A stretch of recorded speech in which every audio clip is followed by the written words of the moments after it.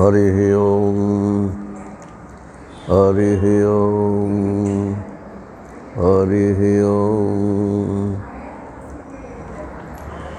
गुरुर्ब्रह्मा गुरुर्विष्णु गुरुर्देवो महेश्वरः गुरुः साक्षात् परब्रह्म तस्मै श्री गुरुवे नमः। शंकरं शंकराचार्यं केशवं बादरायणं सूत्रभाष्यकृतौ वन्दे भगवन्तौ पुनः पुनः। ईश्वरो गुरुरात्मेति मूर्तिभेदविभागिने व्योमवद्व्याप्तदेहाय दक्षिणामूर्तये नमः। कृष्णाय वासुदेवाय हरये परमात्मने प्रणतक्लेशनाशाय गोविन्दाय नमो नमः। गोविन्दाय नमो नमः। हरिः ओम। नारायण नारायण नारायण नारायण।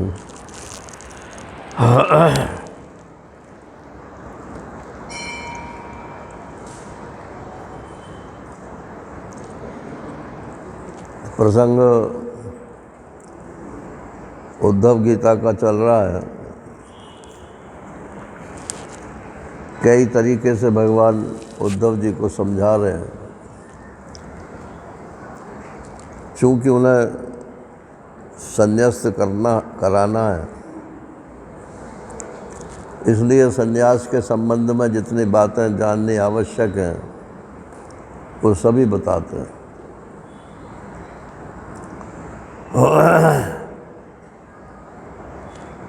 अब कहते हैं कि संन्यास में सबसे बड़ी बाधा जो है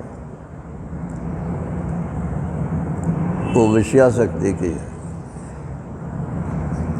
विषयासक्ति की बाधा है। पांचों इंद्रियों के विषय तो है ही हैं, वो तो सब कोई सताते हैं, लेकिन दो विषय सबको ज़्यादा सताते हैं। एक भोजन का और एक मूत्रेंद्रिय का।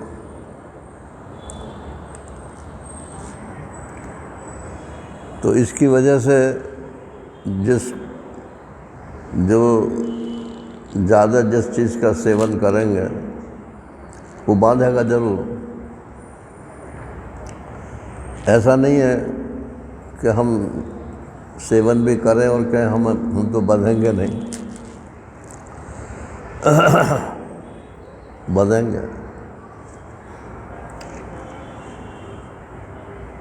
बोले सीमित कर दें, सिर्फ लौकी खाएं, गिल की खाएं।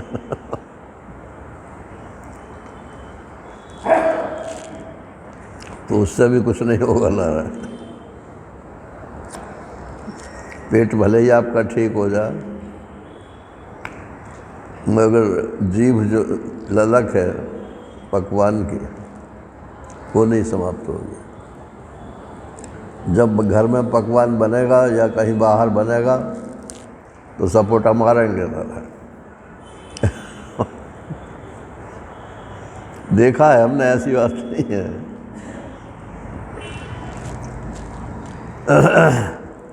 परहेजी खाना खाने वाले दावत में ऐसा टूटते हैं जिस दिन कितने दिनों से नहीं मिला हो।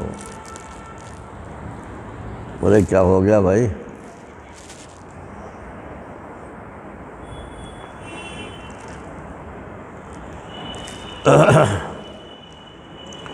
तो सब इंद्रियों के विषयों की बात ये बता रहे हैं। तो दृष्टांत दे रहे हैं कि भारतवर्ष के एक छत्र सम्राट थे पुरुरवा, और वो इंद्र के दरबार में जाते थे तो वहाँ जो नर्तकियाँ थीं उनके साथ उनका संबंध होता था। तो उर्वशी नाम की जो वहाँ नर्तकी थी, उसके साथ उनका प्रेमालाप हो गया। उर्वशी तो प्रेम नहीं करते थे, लेकिन ये हजरत उसके प्रेम में फंस गए और इंद्र से कहा कि इसको मुझे ज़मीन पर ले जाने दो। बोले भाई पूछ लो इससे। पूछा उससे, उसने अपनी शर्त रख दी। बोले मैं कभी, एक शर्त तो ये है कि कभी ओपन खुले आम आपको मैं नंगे ना देखूं।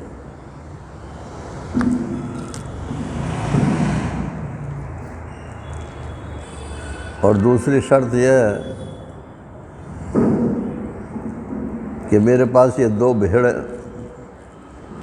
मेढ़े कर पालतू, इनकी रक्षा आपको करनी पड़ेगी। जिस दिन ये दोनों शर्त आपकी छूट जाएंगे, उसी दिन जो है मैं आपसे अलग हो जाऊंगा। चले आए। ये सब भागवत में कथा लिखी हुई है, मैं तो संक्षेप से आपको सुना रहा हूँ। अब महाराज वो राजपाट सब भूल गए। उसी उर्वशी के ही चक्कर में सुबह से शाम हो जाती थी।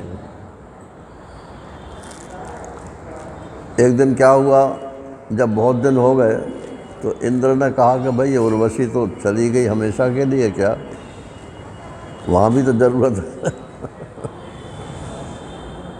तो फिर बोला कि इसकी शर्तें अगर टूट जाएं तो वापस आ जाएगी। तो इंद्र चोर बन के गया और रात्रि को उसके वो जो मेढ़े थे उनको चुरा के भाग खड़ा हुआ।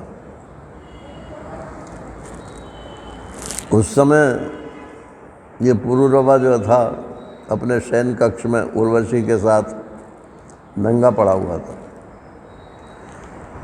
जब वो मेढ़े चुरा के भागा तो वो चिल्लाए मेढ़े, तो उर्वशी ने हल्ला मचाया कि मेरे मेढ़े चुराए जा रहे हैं, इनकी रक्षा करो। अब वो इतना उसके काम वश में था कि जैसा नंगा था वैसे ही भाग छूटा। तो दोनों शर्त उसकी मतलब पूरी हो गई उर्वशी की, वो वहाँ से चली गई।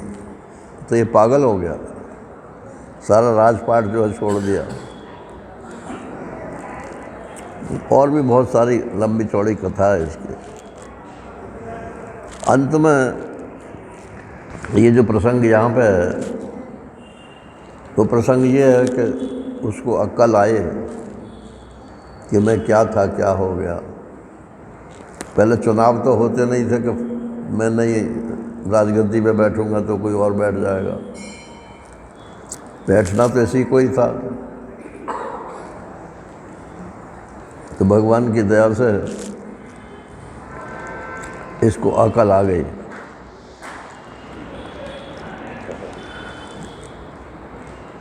तो अब इसको जब अकल आई तो कुछ वो बोलता है, उसको ये एल गीत के नाम से इसमें रखा है। ये इलावंश में थे इसलिए ये एल कहलाते थे।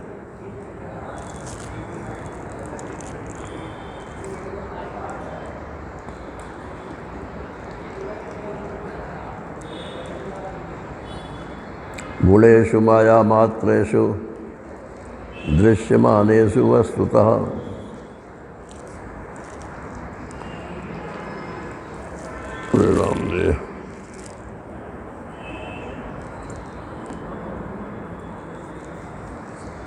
गुणमय्या जीवयोन्या विमुक्तो ज्ञान निष्ठया गुणेषु माया मात्रेषु दृश्यमानेषु अवस्तुतः। ज्ञान निष्ठा के द्वारा मनुष्य सब योनियों से मुक्त हो सकता है।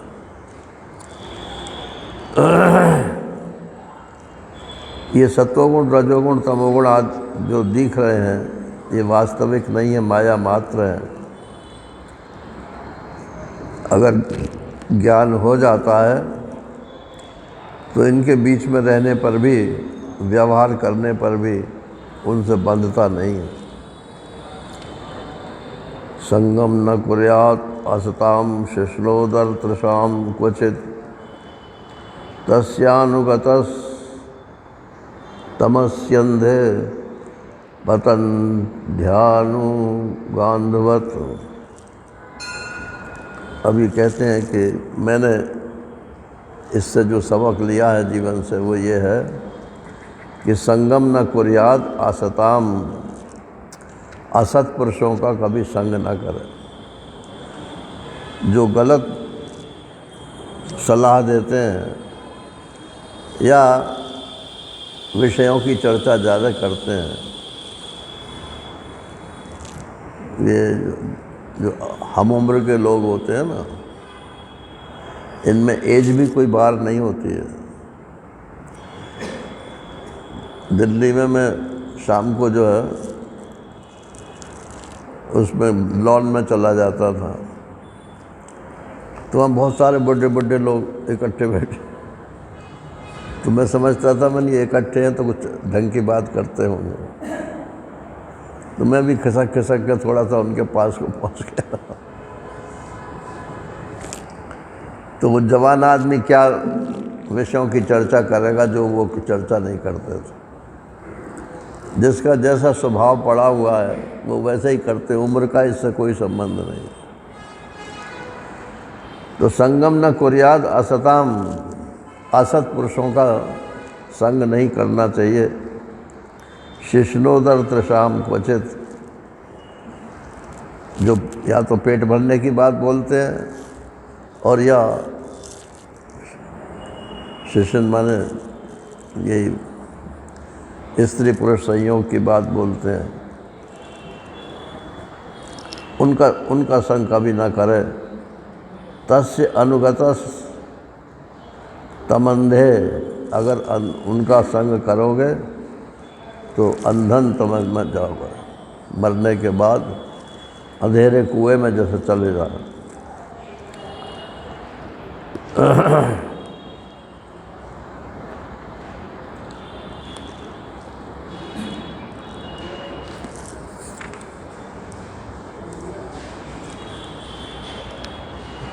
अब ये अपनी पुरानी बात के ऊपर खेद प्रकट कर रहा है। मेरी बुद्धि को क्या हो गया था, मैं इस वेश्या के चक्कर में फंस गया, राजकाज भी मेरा छूट गया और मेरा वर्तमान भी छूट गया और भविष्य भी छूट गया।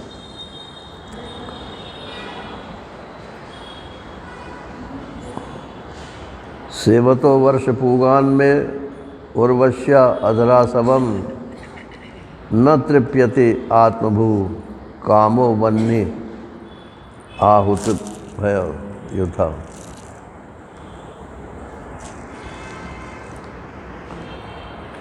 अरे कितने साल हो गए इस वेश्या का सेवन करते करते, इसके होठों का अमृत पीते पीते आज तक मेरा जो है मन नहीं भरा। ये तो आग और बढ़ती जाती है।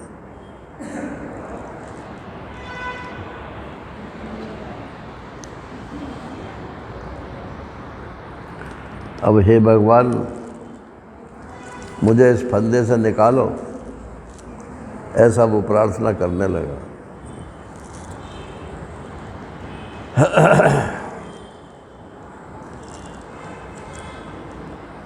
उसने तो मेरे को समझाया था, उर्वशी ने तो समझाया था, लेकिन मेरी बुद्धि ऐसी हो गई कि मैं उसे छोड़ नहीं पाया।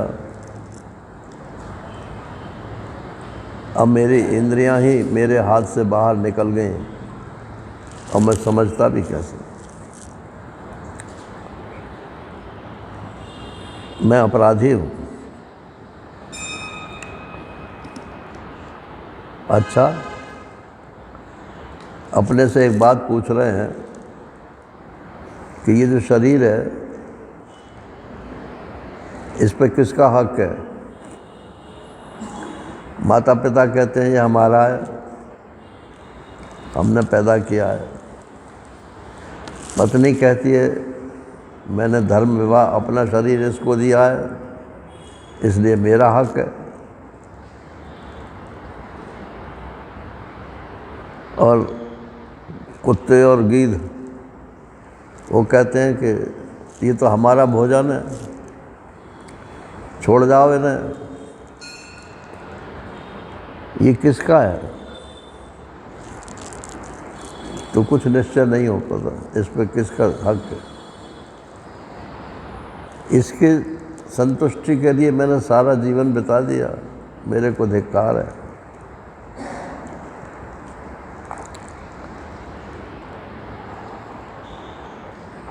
अथापि नोपसज्जेतो स्त्रीषु स्त्रीणेषु वार्थवित् चार्थवित् विषयेन्द्रिय संयोगात् मनः क्षुभ्यति नान्यथा।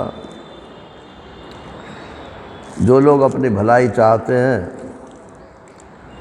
उनको दो काम करने चाहिए, धर्म पत्नी के अतिरिक्त और किसी स्त्री का साथ नहीं करना चाहिए। और वो धर्म पत्नी है, धर्म पत्नी किसे कहते हैं? एक सज्जन बोले कि क्यों जी, महाराज जी से बोले कि महाराज जी अगर धर्म पत्नी है तो कोई अधर्म पत्नी भी रखते होंगे। लोगों की बुद्धि जो है वो गलत रास्ते में ज़्यादा चलती है।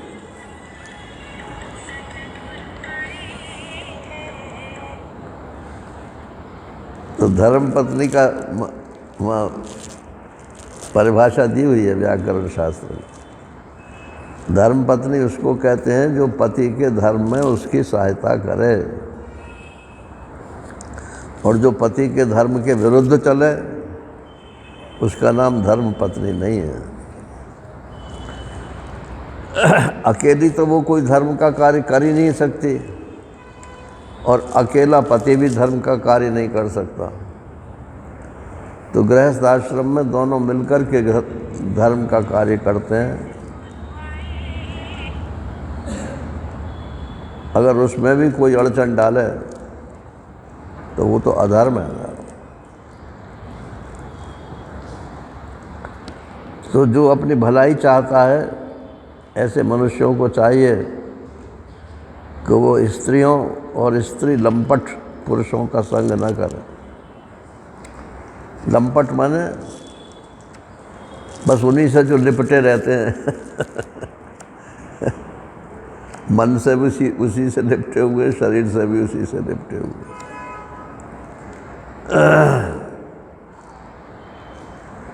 और ये ऐसे है नारायण, अब ये बात मेरे को कहनी नहीं चाहिए मगर मैं कहता हूँ कि अपने सर्विस काल में जिन लोगों के साथ हम रहे हैं उनमें स्त्री लंपट भी थे। तो वो जो बातें उनके साथ कभी हुई हैं वो अभी भी किसी न किसी निमित्त से उदय हो जाती है। तो जब हमारी ये हालत है तो और लोगों की क्या हालत होगी नारायण। तो अपना संग जो है वो ठीक रखना चाहिए।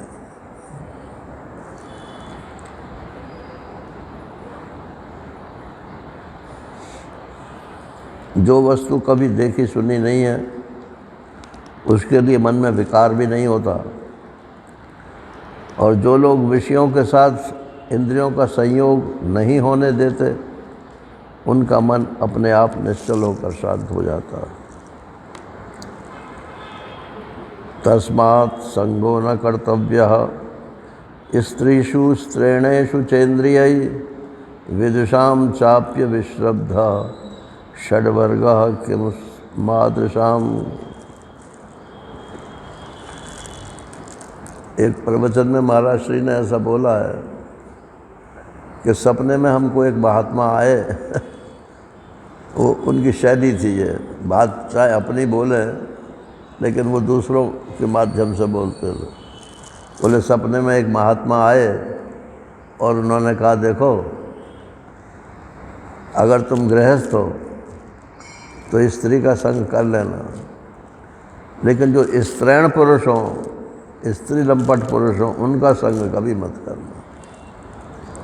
अब ये तो उन्होंने बताया कि महात्मा कह गए, और यहाँ तो लिखा ही हुआ है, भगवान उद्धव जी से कह रहे हैं, तस्मात् संगो न कर्तव्य स्त्रीषु स्त्रैणेषु च इंद्रिय, और उनसे संपर्क ही नहीं करना और उनके अनुसार इंद्रियों के साथ उसका संबंध नहीं करना। अच्छे अच्छे विद्वानों को ये मन जो है वो विचलित कर देता है। क्या है वो गीता का श्लोक?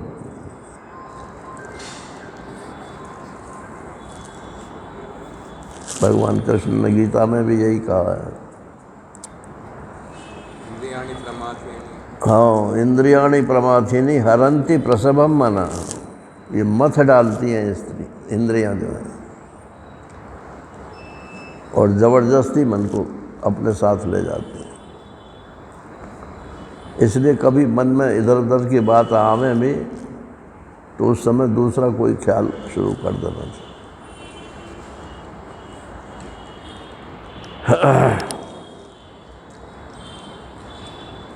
तो ये पुरुरवा जी जो हैं ऐसा सोच सोच के, अब उर्वशी तो चली गई, तो इसलिए अब सोचने ही से काम बनेगा, तो सोचते सोचते अब इनका मन उर्वशी से हट गया और फिर अपना राजपाट करने लगे।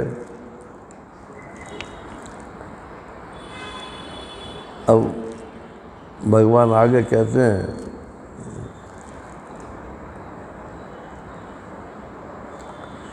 भक्तिम लब्धवतः साधो किमन्यत् अवशिष्यते मयि अनंत गुणे ब्रह्मन् आनंदानुभवात्मनि। अरे उद्धव जी, मैं परमेश्वर हूँ, अपने लिए भगवान कह रहे हैं, मैं भगवान हूँ, तो आप मेरे में चित्त क्यों नहीं लगाते हो?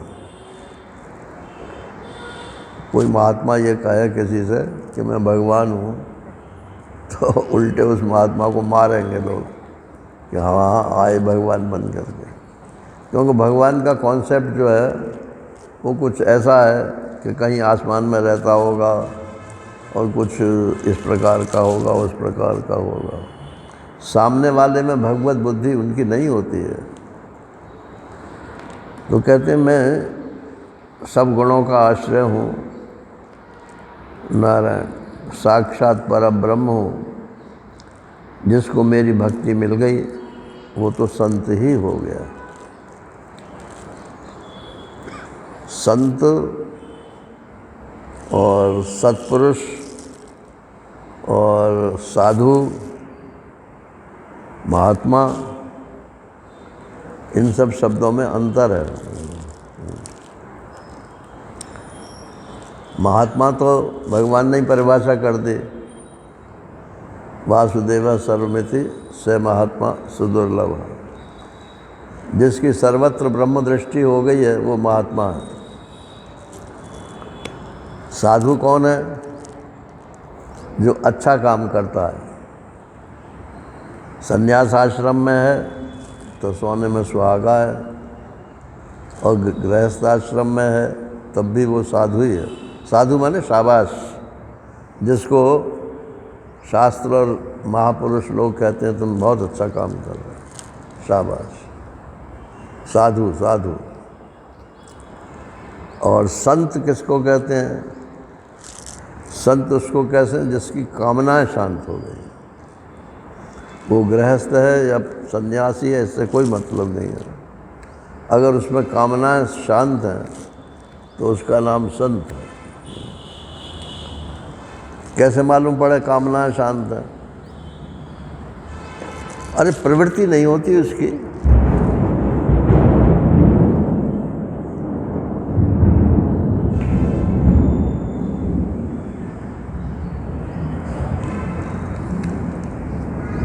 वो कामनाओं के विषयों को प्राप्त करने में उसकी प्रवृत्ति नहीं होती, यही प्रमाण है उसका।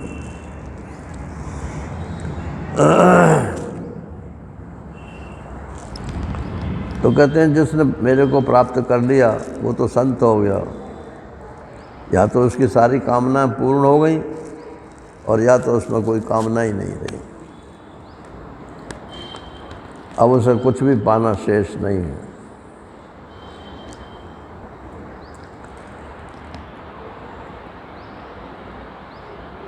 और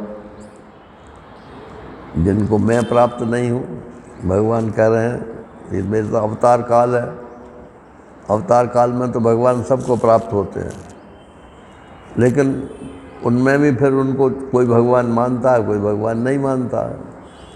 तो जो भगवान नहीं मानते हैं उनको तो कुछ पल्ले पड़ता नहीं है, उल्टा नुकसान ही होता है। और जो उन्हें भगवान मानते हैं उन्हें मुफ्त में ही सब जागीर मिल जाती है।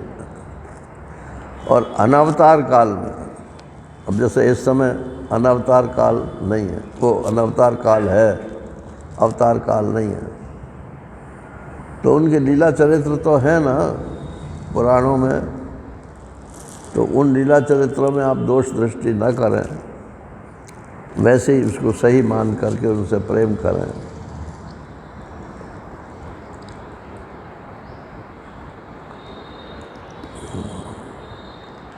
इस घोर संसार सागर में जो लोग डूबते उतर रहे हैं उनके लिए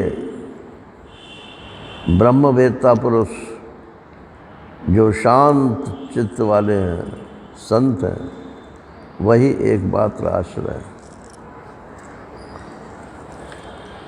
है।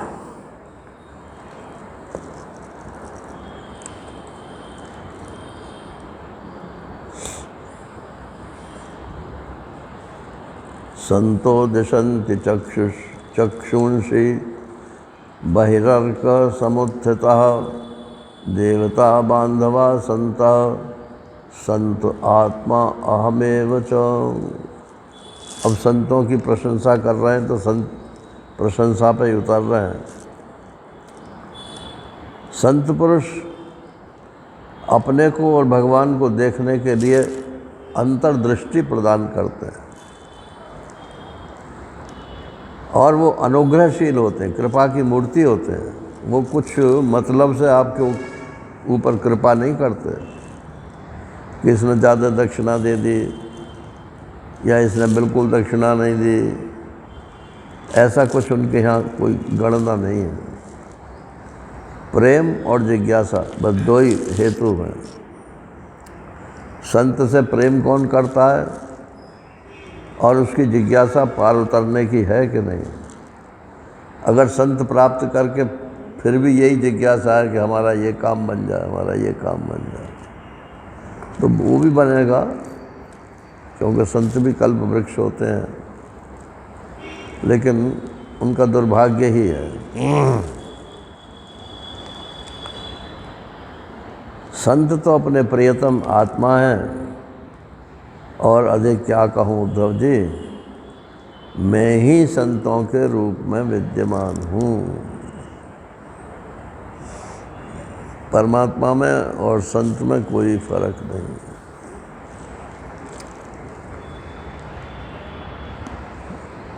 अब उद्धव जी प्रश्न करते हैं कि महाराज हमने सुना तो बहुत है, लेकिन कुछ प्रैक्टिकल बताओ। अरे अब तक क्या वैसे ही अंधेरी ढो रहे थे, क्या कर रहे थे? कि नहीं, कुछ करने की बात बताओ। महात्माओं से भी पूछते हैं लोग क्या करें। महाराज श्री कहते थे हमारे पास इतने लोग आए हैं, अब तक कोई ये नहीं पूछता है कि हम क्या जानें कि मुक्त हो जाएं। सब ये पूछते हैं हम क्या करें कि मुक्त हो जाएं। अरे करने से अगर मुक्ति मिल जाती तो अब तक एक से एक बढ़ कर कर्ता बने हुए हैं हमारा, मुक्त हो गए होते। ये तो यथार्थ जानकारी नहीं है, इसी से बंधन में है। वास्तविक जानकारी अपने स्वरूप की प्राप्त कर लो, आप मुक्त ही हो। तो ये पूछ रहे हैं कि कुछ क्रिया योग बताओ, क्या करें। अब कुछ ना कुछ तो फिर बताना ही पड़ेगा। तो इस पूरे अध्याय में कौन सा है, 27वें अध्याय में क्रिया योग का ही वर्णन है।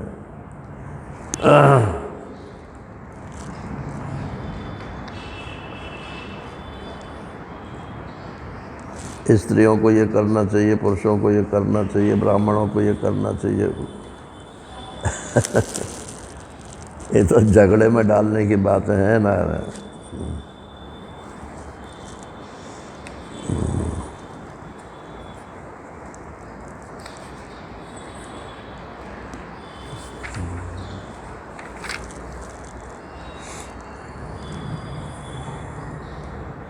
वेदोक्त तो संध्या वंदन आदि नित्य कर्म करने चाहिए। अब यज्ञोपवीत नहीं करवाते तो वेदोक्त तो कैसे करेंगे। यज्ञोपवीत तो त्रैवर्णिक है ना, ब्राह्मण क्षत्रिय वैश्य, इन तीनों का यज्ञोपवीत होगा तब गायत्री जप सकते हैं, या और भी संध्या आदि जो की जाती है वो भी तभी होता है। गुरुकुल में तभी उनको एडमिशन मिलता था जब यज्ञोपवीत हो जाता था।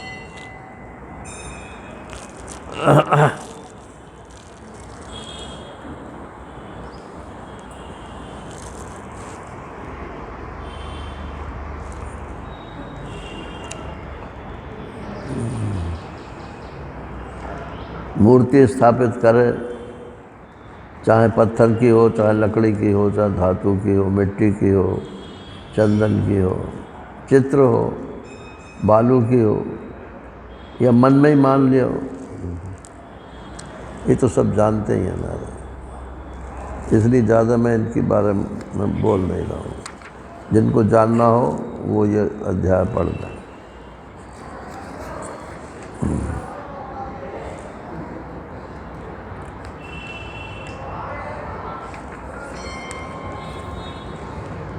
ये क्रिया योग बहुत लंबा है।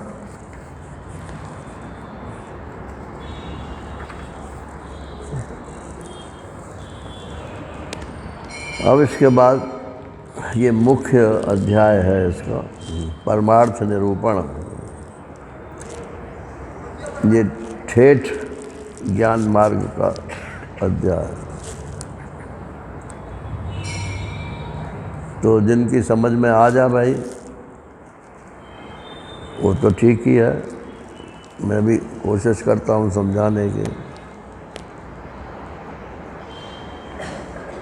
ज्ञान मार्ग में सबसे पहली बात यह है कि किसी के भी प्रति दोष दृष्टि मत रखें। अगर ये होगा कि ये खराब आदमी है तो उससे आप जलते रहोगे, और ये होगा कि ये अच्छा आदमी है तो दूसरे की अपेक्षा उसे अच्छा समझोगे तो दूसरे को उससे नीचा समझोगे। तो ये दोनों बातें जो हैं मन में जब तक रहेंगी तब तक सब परमात्मा है, सब ब्रह्म है, सब मेरे इष्ट देव हैं, ये बात आपके मन में नहीं बैठ सकती। परस्वभाव कर्माणि न प्रशंसेत न गर्हयेत विश्वमेकात्मकं पश्यन् प्रकृत्या पुरुषेण च। ये श्लोक तो बल्कि याद रखना चाहिए। परस्वभाव कर्माणि, पर माने अपने से भिन्न जो लोग हैं, चाहे वो मनुष्य हों और चाहे पशु पक्षी इत्यादि कोई भी हो। बोले कुत्ते ने काट दिया हमको, काटेगा ही कुत्ता जब तुम कुत्ते के साथ ही रहोगे तो। बोले नहीं, कुत्ते की खास किस्में जो है वो काटती हैं, उनको बैन करो। अब वो 10-12 जो है नस्ल जो है वो बैन भी कर दी, फिर भी काट रहे हैं कुत्ते। वो तो काटेंगे जब उन्हें तुम अपने पास सुलाओगे। नारायण, अपने हम मुंह पर मुंह रख कर जो है चिम्मी चिम्मी चिम्मी।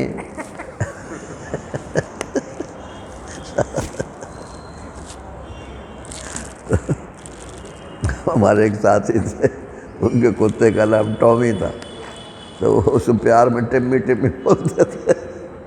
रोज़ाना अपने हाथ से उसको बिस्कुट खिलाते थे और हफ्ते में एक दिन उसको मांस भी खिलाते थे, और खुद ब्राह्मण थे ना। अब वो मर गया कुत्ता, चला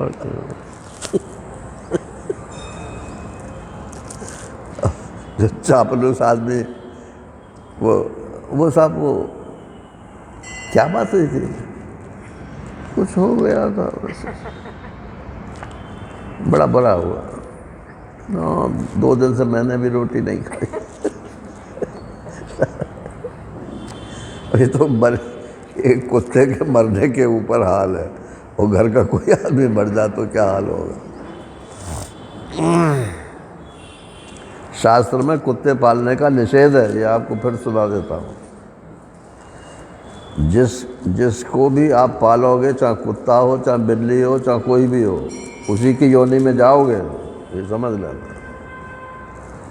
मरने के बाद उसी योनि में जाओगे।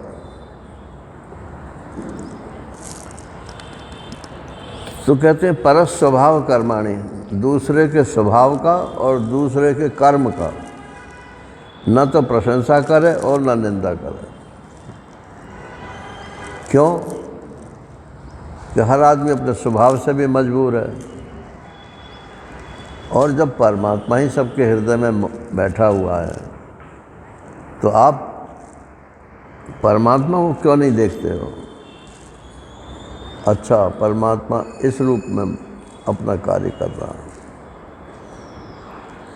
विश्वम एकात्मकम पश्यन, ये सारा विश्व जो है एकात्मा का, यूनिटरी गवर्नमेंट है ये, डेमोक्रेसी नहीं है यहाँ।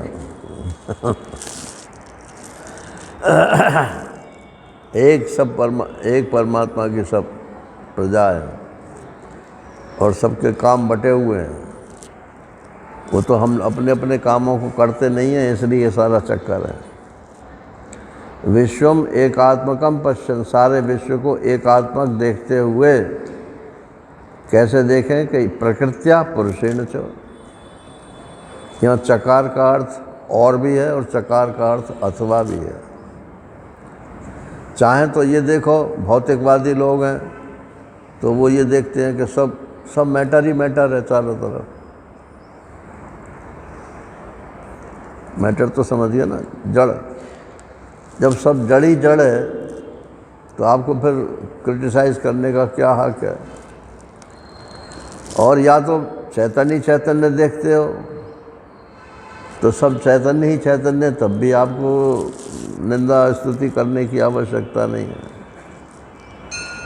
अथवा पुरुष और प्रकृति दोनों के मेल से कर्म हो रहे हैं, तो जैसे तुम्हारे अंदर हो रहे हैं ऐसे सबके अंदर हो रहे हैं।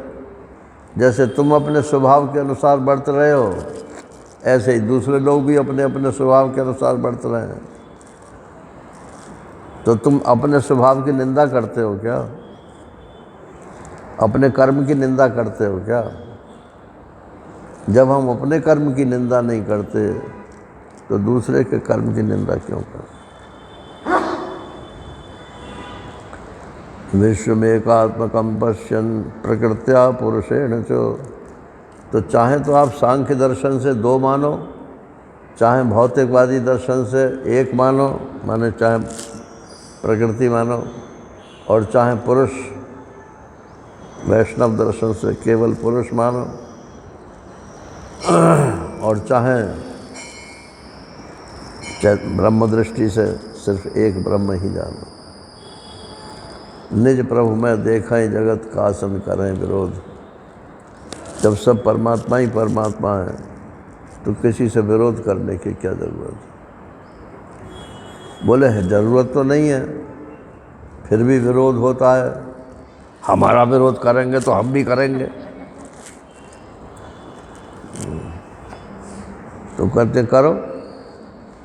परस्वभाव कर्माणि यह प्रशंसति निंदति स आशु भ्रश्यते स्वार्थात् असति अभिनिवेशता।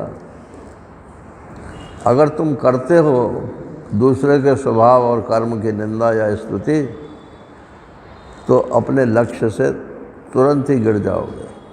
आशु माने तुरंत ही गिर जाओगे, भ्रष्यते भ्रष्ट हो जाओगे, स्वार्थात अपने लक्ष्य से, क्योंकि तुम्हारी बुद्धि जो है वो असति अभिनिवेशता, असत वस्तु में आपका अभिनिवेश हो गया। परमात्मा को छोड़कर सब असत ही है।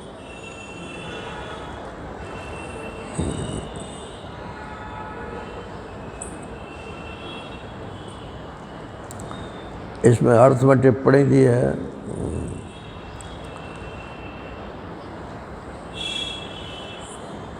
साधन तो सत्यत्व बुद्धि का निषेध करता है और प्रशंसा या निंदा उसकी सत्यत्वता के भ्रम को और बढ़ा देता है। जो ये कह रहा है ठीक है, इसका मतलब ये सच्चा है, सच्ची है। जो ये कह रहा है ये ठीक है, तो ये भी सत्य है। तो दो सत्य हो गए। ऐसे ही संसार में कितने सत्य होंगे।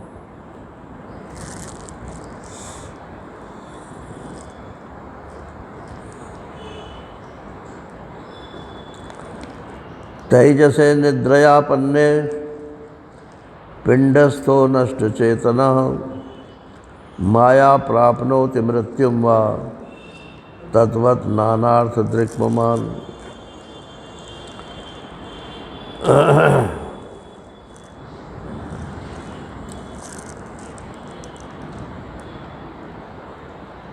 जब नींद आती है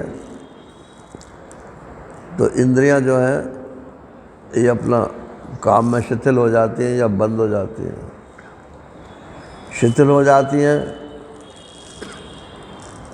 नहीं बंद हो जाती हैं तो मन तो रह जाता है, तो सपना चालू हो जाता है।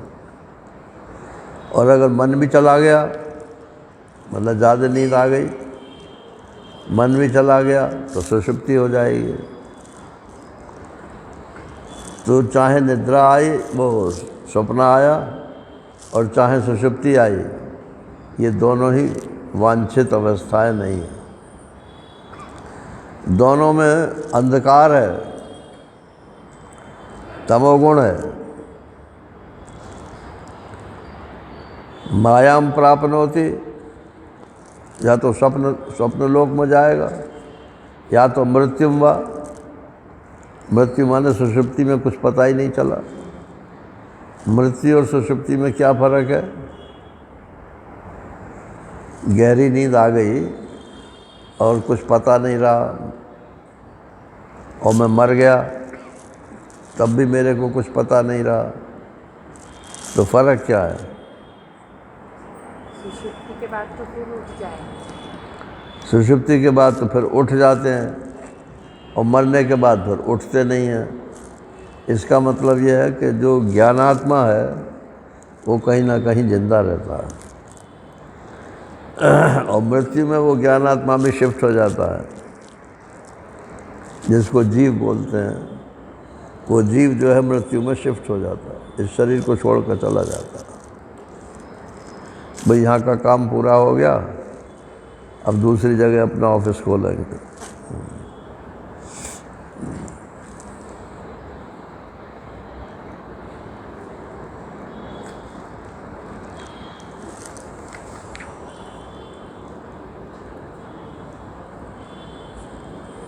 ये दो ही स्थितियाँ हैं मनुष्य की, या तो स्वप्न लोक में रहता है, और या तो सुषुप्ति लोक में रहता है। शराब पी लो, कौन से लोक में जाओगे? दोनों लोकों में जाओगे।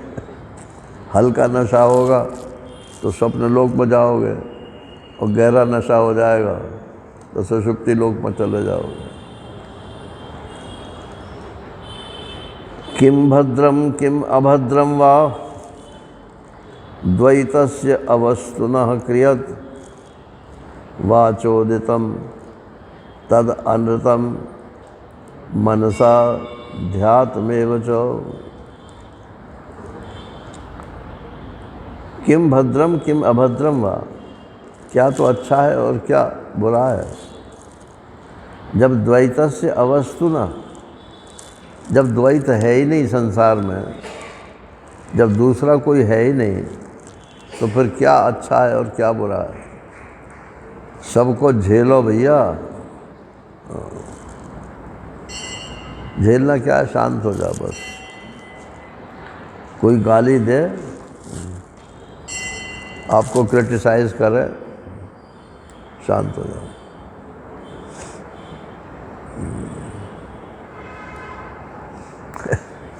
महाराज से कहते हैं कि किसी ने तुमको गाली दी साले,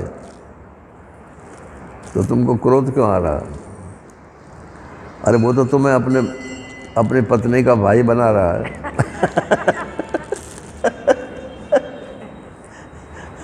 तो साले में भी जो गुस्सा होने की क्या जरूरत है।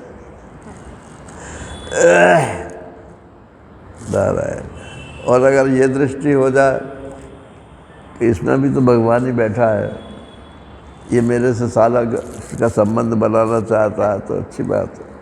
Okay sir. तो किम भद्रम किम अभद्रम वा द्वैतस्य अवस्तु न, द्वैत जब कोई वस्तु ही है ही नहीं, तो वाचोदितम तद अनृतम, वाणी से जो कुछ भी कहा जाता है वो सब मिथ्या ही है। मनसा ध्यातमेव च, मन से भी जो ध्यान किया जाता है वो भी द्वैत है, वो भी मिथ्या ही है।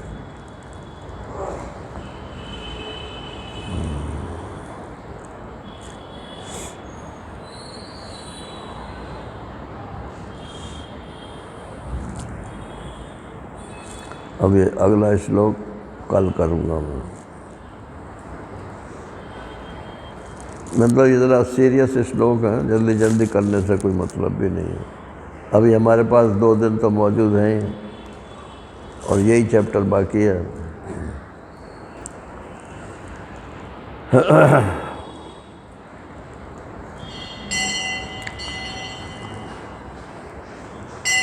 चलो अभी आपको एक वो सुना देता हूँ। है वैराग्य का ही है, पहले सुना हुआ भी है आपका।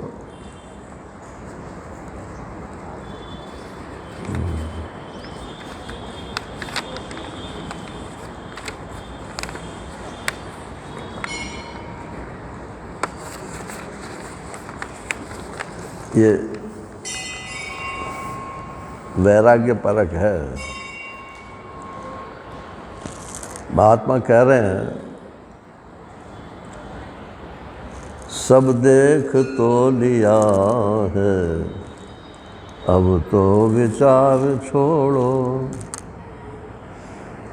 अरे अपनी शादी हुई, अपने बाल बच्चों की शादी हो गई, आस की पड़ोस की जो किस किस की शादी करवाया है,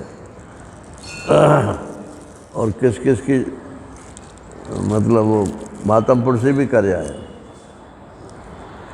सब देख तो लिया है, अब तो विचार छोड़ो। दुनिया ख्याल है, बस इसका विचार छोड़ो।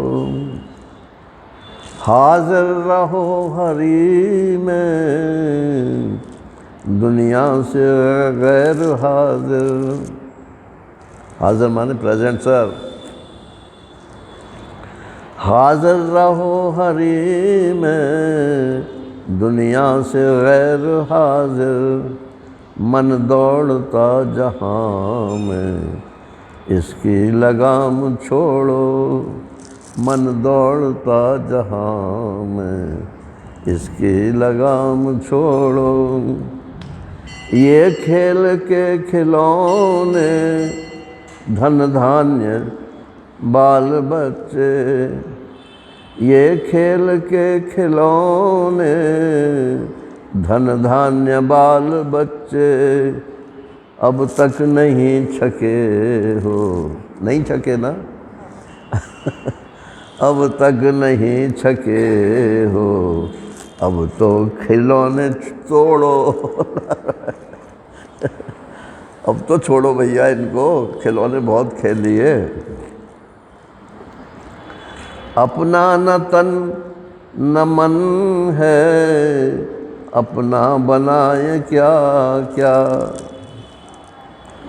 जब मन और तन ही अपना नहीं है, अपना न तन न मन है, अपना बनाए क्या क्या।